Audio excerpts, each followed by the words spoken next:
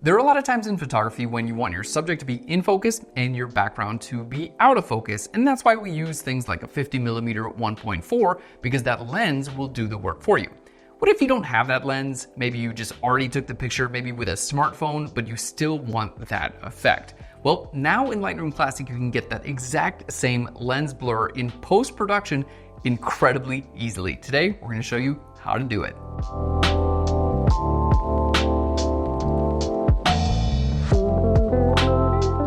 Hey there and welcome to PHLEARN. My name is Ernest and today we're showing you this brand new feature in Lightroom Classic. Just be sure you update through the Creative Cloud installer and you'll get access to lens blur now in the full release. All right, let's show you how to do it. So we're gonna start off with this image here. Let's go ahead and double click on this photo. You can see our subject looks great. I really love this column, but the background is just like really in focus and I don't have a ton of separation. What I want to do is I want my subject in focus and the background out of focus. So what we're going to do is go over here to the develop module, okay? And then right over here on the side, you're going to see all the way here, go to lens blur. Let's open that up. Now the first thing you want to do is click on this apply button, lens blur. It's going to analyze your image, okay? And it's going to give you an automatic result. And it looks pretty good actually. So here we can see the before and after. Now what I always recommend doing is refining this result just a little bit better by telling the software what you want to be in focus. And the way that you do that is right over here where you see focus range. Go right over here to the right-hand side and click on this little target. It says point/area focus. So go ahead and click on that. Now you can go over the top of your photograph and literally just click and drag a section of your image that you want to be in focus. So I'm gonna click there, and when I let go, it's gonna perfectly outline just my subject. And now I'm telling it what to be in focus. So here, now that I've told it what to be in focus, I have my blur amount. I can blur this more or less in the background, and you can see actively, look at that. An incredible difference in that photo we've made. And I've told the image to be visible, to be in focus for where my subject is and where this pillar is. All right, let's go into our next example. So here again, we have our subject. The background is really cool. It's just a tiny bit distracting. So we're gonna do the same technique, develop. We're gonna click on apply here. There we go. I always recommend clicking on this tool. So go ahead and click there. We're just gonna click and drag right over our subject's face and you're gonna see in the background when I let go, boom, you see how that updated? That's basically now us telling it just our subject should be in focus. Now the cool thing you can do is right over here it says visualize depth. You can click on that and this is gonna show you what's gonna be in focus and out of focus. So these yellow areas are gonna be in focus, here down on the ground also, just like a camera lens would work too, and it's gonna go gradually out of focus. It works really, really well. Now, let's go ahead and zoom in. We're just gonna go over here and type in 50%. So we'll go to 50% zoom, and you can see right over here her hair. We'll zoom in even more. Let's try 66%. You can see right over here where her hair is, the tool got a little bit confused with the auto masking. That's not even a big deal. We'll zoom in even more, 100%. Okay, that's not a big deal, because we can go right over here where we see this brush refinement. This might be closed, so make sure you click on brush refinement. You can actually tell it where to be blurry or in focus. So let's click on blur there.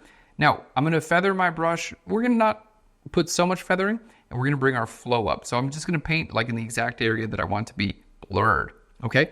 I'm gonna just basically go over here with my brush. You can use the open and close brackets to make your brush larger or smaller. Of course, you can just click on the size, but I find it easier to do open and close brackets.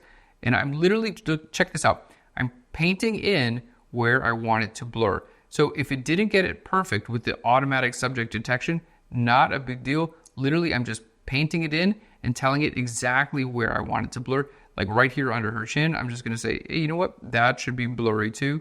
So we're just gonna like paint that in there and it looks fantastic. So we're gonna go back to fit, just a little bit of manual work on there and you can get it looking good. Let's bring this back to 66% and I wanna show you this other cool thing. So you have the boost option. You can actually boost your highlights in the background. That'll work a little bit better in our next example, but you can change your different bokeh options. So if you want the background to look a little bit different, you can choose different bokeh options, which will basically emulate different lenses, okay? So don't forget to kind of play around these to see the effect that you actually want. Okay, now our next option here, we're gonna go right to this one. We have two subjects here. So what do we do about that? Let's go up here to fit in the view. Let's go to develop. There we go. We're going to click on apply, and you can see our subjects look great. There was just a little bit of distraction with the background. So here's the before and the after. It's looking pretty good, but we can refine this again. So you always want to make sure you click right here on this icon here. Go ahead and click there, and then I can just click and drag right over here this subject's face. Boom, and you can see it's better selection. You can try the other subject too and see what results you like better. I think this one works really, really well. Okay, so as we can see, there's our before and our after with this. Huge difference. Subjects stand out much better from the background. Now, in this case, we are going to try this boost feature. So this will actually boost the highlights in the background. You can see as I do this, okay, we have this really nice boost effect. And then again, don't forget, you can choose different types of bokeh. I actually really like this bokeh for this image.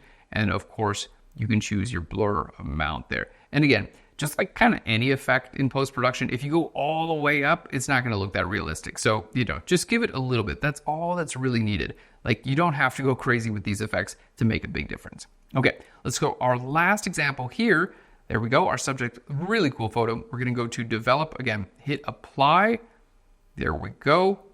Already did a good job. We just need to refine it with this icon here. So just click and drag right over top of your subject.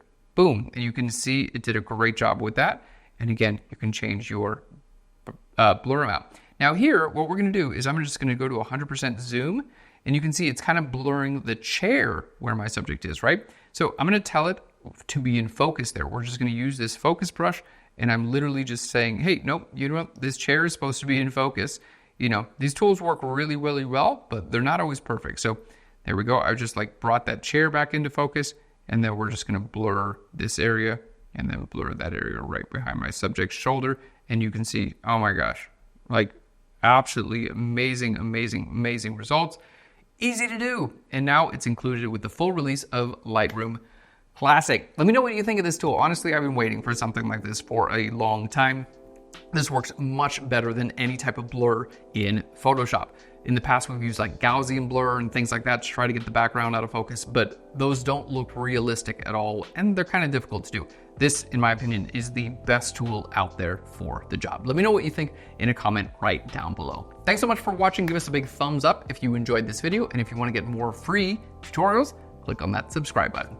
Thanks again, and I'll learn you later. Bye, everyone.